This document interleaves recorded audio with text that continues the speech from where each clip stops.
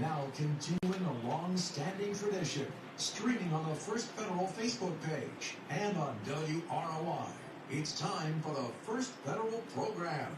Yes, indeed, it is time for the First Federal program on a, mind you, chilly but beautiful Friday morning. Yeah, clear skies. Good morning. Yeah, good morning, Evan. Did you see the moon? Welcome to the First Federal radio program. Yes. I did. The moon. It was huge. Huge. And shiny. Do you sleep well on the nights when we have an outsized moon like that? I don't know. It didn't affect you, huh? Yeah. Well, that's sometimes some strange things go on in such a large... Yes, my wife is a corrections officer. She says full moons are not her favorite time of the month. Oh, that's interesting. I've never heard that before. Well, speaking of the moon, the U.S. landed on the moon. Yes. Yesterday. Yes, they did. For the first time since 1972. Crazy that it's been that long. Well, they're trying to get back to landing people on the moon again. Yeah. This was unmanned spacecraft, but it's like a new space race. Yeah.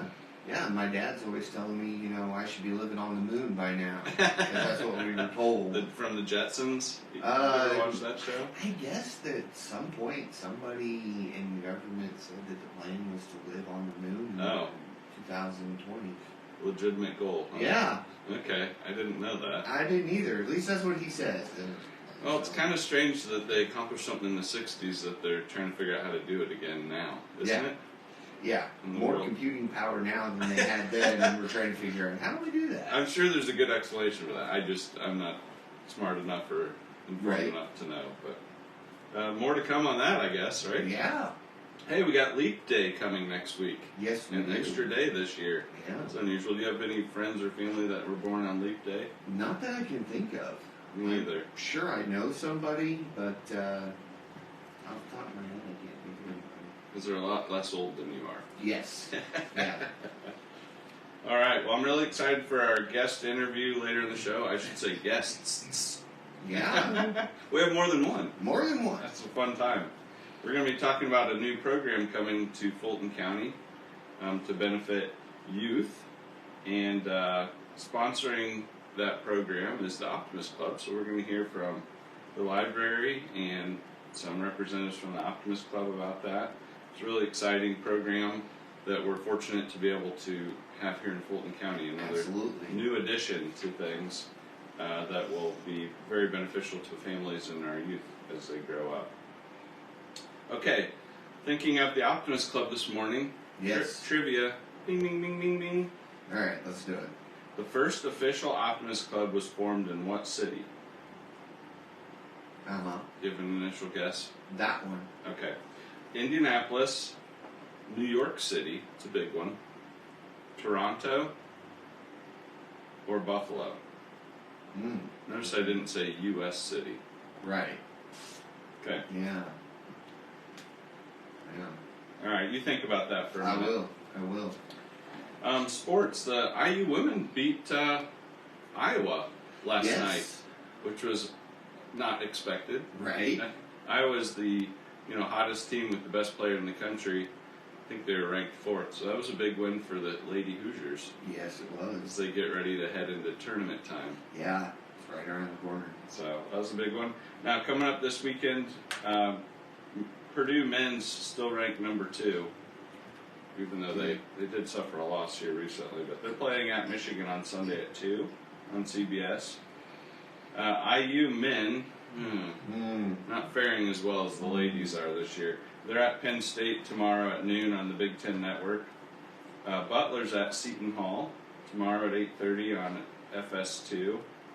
And Notre Dame travels to Syracuse. So everybody's on the road this weekend. Yeah. That game's tomorrow at noon on ESPN Networks. So we're entering kind of that college basketball time when there's a few games left before their conference tournament seedings, and then some of the teams that haven't fared as well are hoping to get a hot run here late and maybe sneak into the big tournament. Yep. March Madness. We only got 1 week left of February. I know.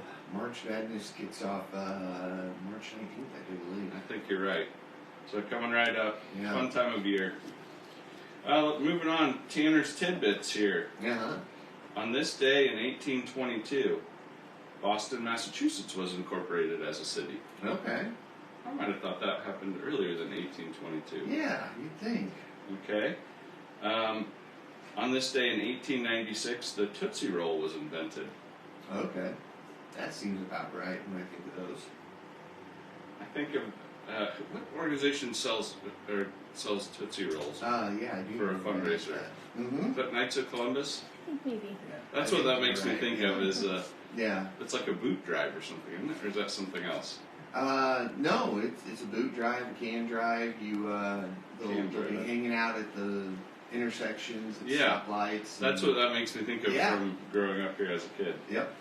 Okay, on this day in 1927, U.S. President Calvin Coolidge created the Federal Radio Commission. Ah, Your that's old where that pals. came from.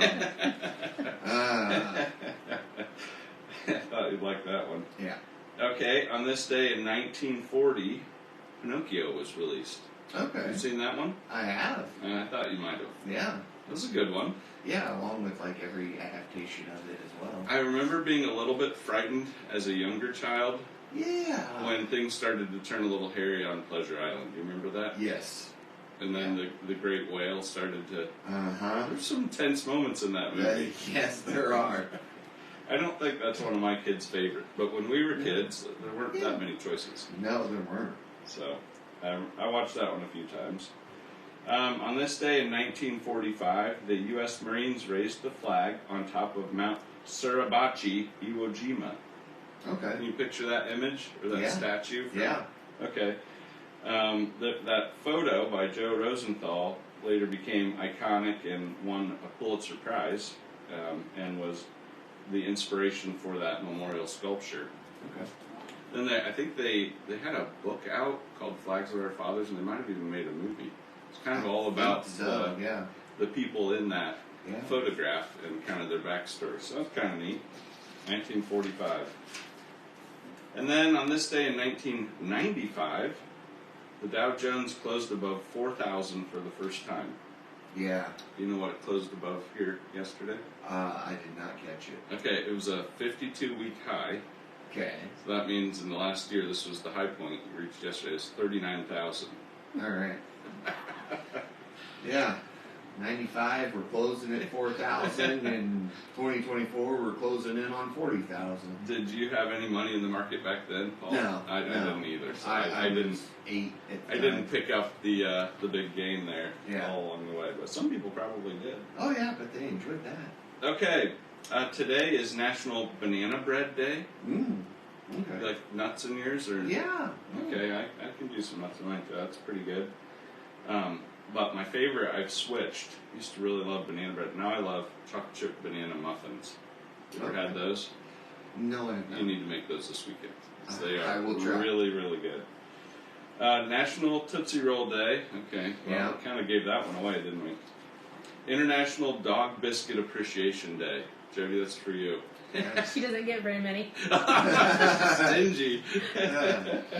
No biscuits for you. She'll have to call Grandma. National Play Tennis Day. Well, a little chilly for that, but okay. Yeah, we're, still keep the warm-ups on at least, right? Yeah. And Curling is Cool Day. I'm going to guess this is the stone sliding curling. Yes. What do you think? Yes. It's not hair curling or other... I don't know. No, I don't think we're talking about lifting weights. I Yeah, think we're talking about that's sliding the stone. And, I don't know. Could be the bicep curl. we're going to go with the cooler of the group there and talk about the stone. Okay, have you ever tried that?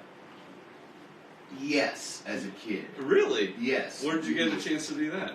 It wasn't true curling, but I attended Manchester Elementary School. Okay. And for one of our PE classes around the Olympics, we got the chance to do some of the different Olympic sports. So, wow, that's a cool opportunity. Yeah, it was.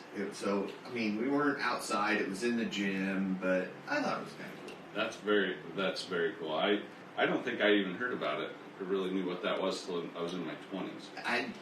At the time, I didn't understand what I was doing. I'm going, why do I have to sweep in front of this thing? Sliding? I don't get it. Oh, that's great. Yeah, the sweeping thing, it looks like some housekeeping going on, Yeah. a little busybody work. I didn't Yes. understand it either. I think you can go to Fort Wayne and they've got a facility I there, think I so. heard. So, Yeah. maybe we'll match up and check it out sometime. We'll have to.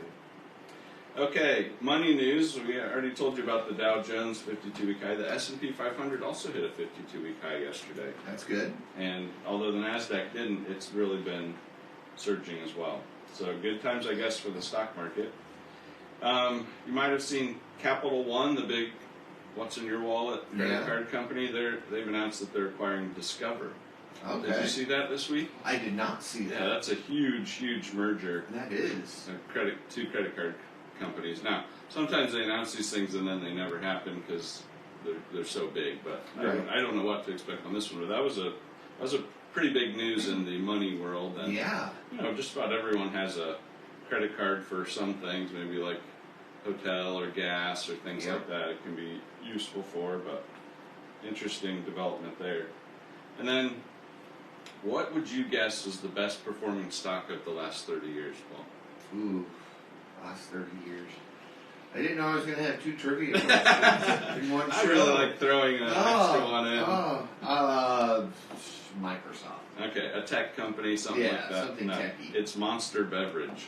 Really? Yeah, I knew that would knock the socks off this morning. Yeah, it's appreciated about 200,000% since 1994. I didn't even know it was around in 94. It may have had a different name back then. Maybe. And they do produce other products other than just the Monster brand. But interesting development. Yeah. If you would have invested $1,000 back then, I don't have the exact number, but it'd be worth a few million now. Man. I know, I'm telling you. Somebody should have done that when I was a child. Okay, thinking of First Federal this morning. We are Yes. still running our 8-month CD special at 4.99% annual percentage yield. We encourage you to take a look at that if you're still looking for some savings interest that's still out there that you can get. And ours runs for the next 8 months in that CD. So come see us about that. We'd love to get you earning a little bit more money. It's been fun to talk about that here recently. Yeah. Because almost my entire banking career before this last year and a half, CD rates were never above 2. Right. So this has been kind of fun to have better savings rates for those that have cash they need to invest. We'd love to help you with that. Also, we have, on the flip side of that, mortgage rates have been higher than a lot of my banking career as well. But we do have a great second mortgage. And I don't know if you're familiar with what a second mortgage is. Yeah. You can kind of make an assumption there. Yeah. It's the second one you might have on your home. Mortgage. Well, the reason you do that is you might have a wonderful low fixed rate on your first mortgage, and most everybody does. So this wouldn't get rid of that one if you needed a little bit extra money from your equity in your home. You could get a second loan that just uses some of that equity above and beyond the first one, and you don't have to cash that out and put it into a higher interest rate mortgage. So there's the advantage there. It can save you on interest, but it can still help you get things done, like maybe you need to consolidate some credit cards or remodel your home because there really aren't that many homes on the market, especially like here in Fulton County. There's very few homes available that may meet your needs. So that's one way that you can get some things done at a reasonable interest rate without having to do away with your very low first mortgage interest rate. So we'd love to talk with you about that. We have a fixed rate second mortgage and variable rate second mortgages that you might be interested in. But please let us know if we can talk to you about that and kind of help you understand if that would be good for your situation. And also we offer the Simply Free checking accounts and Simply Free business checking accounts. Most checking accounts have some sort of monthly maintenance fees, and ours do not. So it can save you some money, and you don't have to be thinking about extra fees. Yeah. And then, of course, when you open a new checking account at First Federal Savings Bank, you get a free gift. Yes, you do. So if you were having trouble with that large moon last night, our free gift is a sound machine right now. Yes. And that may have helped lull you into a nice, peaceful sleep, even when there's a huge semi-sun out in the sky while you're trying to sleep. So that's been a fun giveaway. It has a few different sounds. The white noise one's probably the best. Yeah. But my kids have one of these, and I hear the bird chirping one. I don't know how that one helps you sleep. That'd wake me up. I know, I think so too. Because I'd be thinking it's morning because the birds are chirping. That's what I'm thinking too. Well, we encourage you to like us on Facebook and follow us on Twitter, Instagram, LinkedIn, subscribe to our YouTube channel to stay in touch with all the different things that we're doing. We do put out our different special product offerings that we might have, special rates at times. So that's a good way to kind of keep in tune with what we're doing. But also you can listen to this radio show. We always make sure to highlight that for you. We are the only locally owned bank in Fulton County, and we don't want to be the biggest bank, just the best.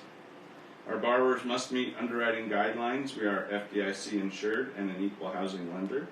And our NMLS number is 399927. And that makes us legal. That's right. Well, now we get to the real fun part of the show, and that's talking about great things in Fulton County. And we are joined by Andrea Stineback from the Fulton County Public Library. Welcome, Andrea. Yeah, thank you. Good morning. Nice to have you back on the show. Yes, thank you. Thank you for having me. Yep. Well, we have heard that there's a new program that you're helping to get started here in Fulton County. Yes. Tell us a little bit about this neat opportunity. So Fulton County now has Dolly Parton's Imagination Library. Wow. Yes. How did we get so lucky? Well, Lindsay Bartz from the Ladybug Foundation approached me about teaming up and getting it started, and we worked and we got it done. Hey, so. Wonderful job. Congratulations to you and Lindsay. I'll pass that on for us. What is Dolly Parton's Imagination Library? So Dolly Parton's Imagination Library is a program where parents can sign their children from ages 0 from birth to their 5th birthday, sign them up, and they will receive free books.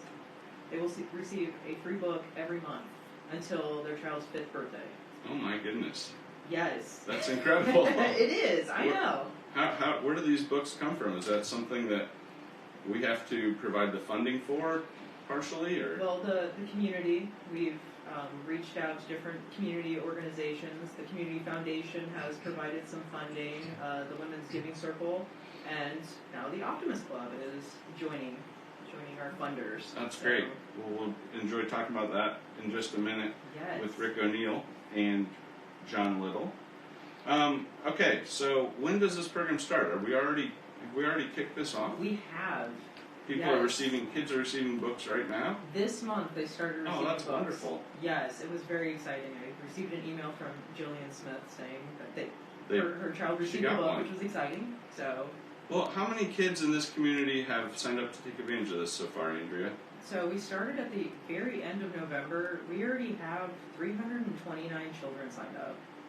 Yeah. That blows me away. I'm sorry for the dead positive. That's incredible. No, it's had a great reception because there's only around 1,200 kids who are eligible.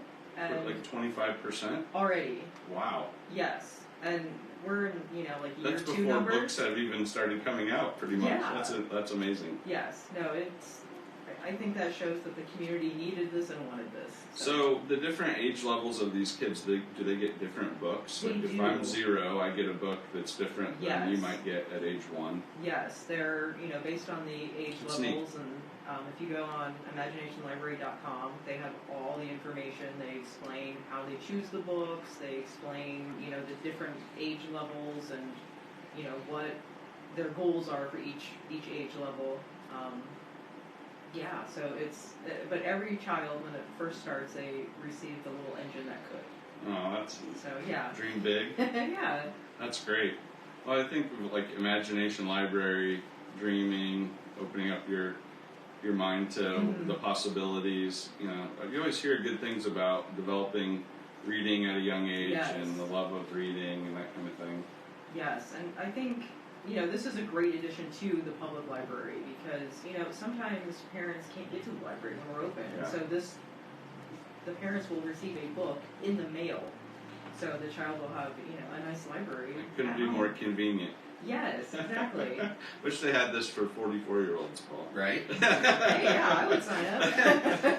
Well, God, gosh, we appreciate the work that you put in to make this possible. How does somebody sign up? You may have mentioned it. Let's make sure we highlight that for those if you listening. go to imaginationlibrary.com, Okay. check availability, and it'll ask some simple questions about your location, and it will pop up saying it's available. So then I think it's a pretty simple form, and it'll ask for your child's name, age, birth date, address, and I think you can input the parent's name or both parents' names. Yeah. Okay. So it's a very simple form. That's wonderful. And something Dolly Parton started. This sounds big. Are we one of a bunch participating in this? Yes. Do you have any idea of the scope and scale of this kind of thing? I know that they've reached 2 million books, and it's worldwide. Okay. 2 million books 2 million books. a month? That's incredible. It would not surprise me if that was a month, yeah.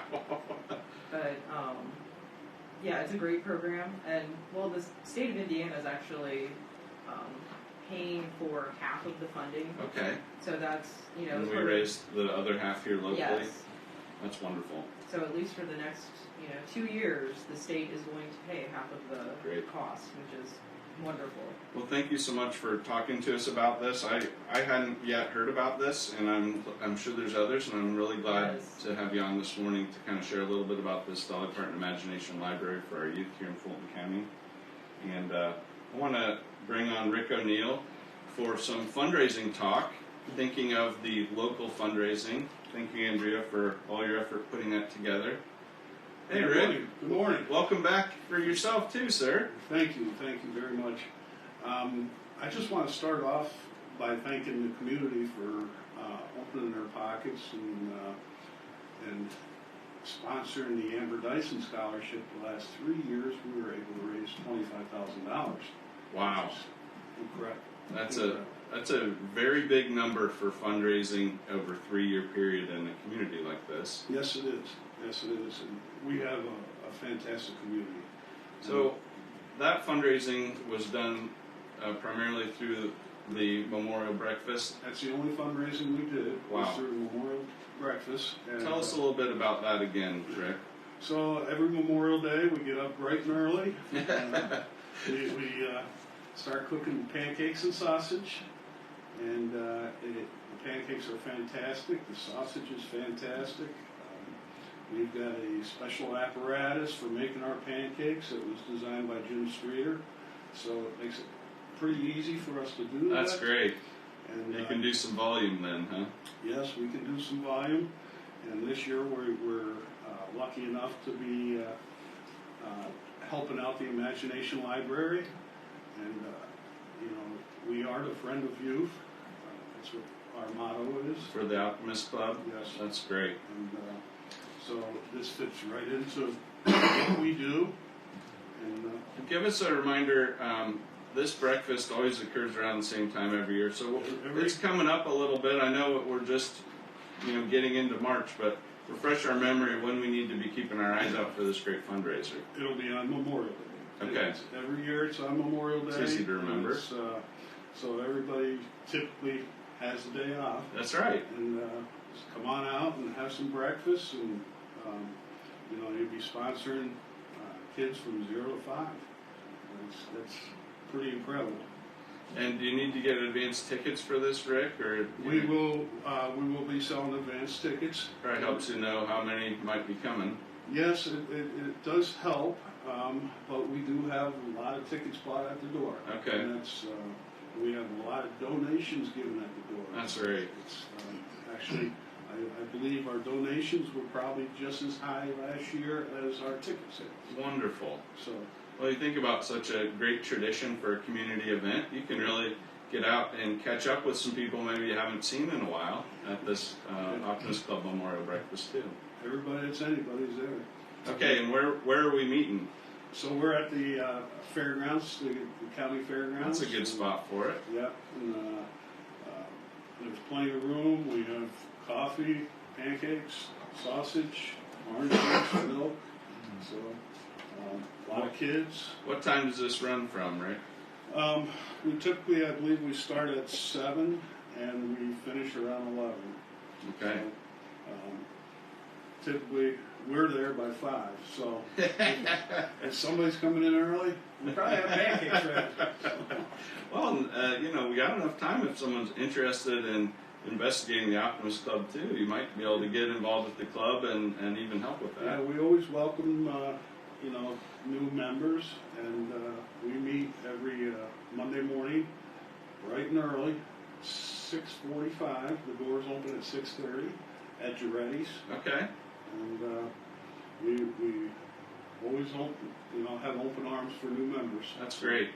So, well, thanks so much for coming on again and making sure that we're remembering this great fundraising opportunity, community event opportunity with the Optimist Club Pancake Breakfast on Memorial Day morning. Thank you for having us, and I look forward to this year's pancake breakfast. Continued success, right?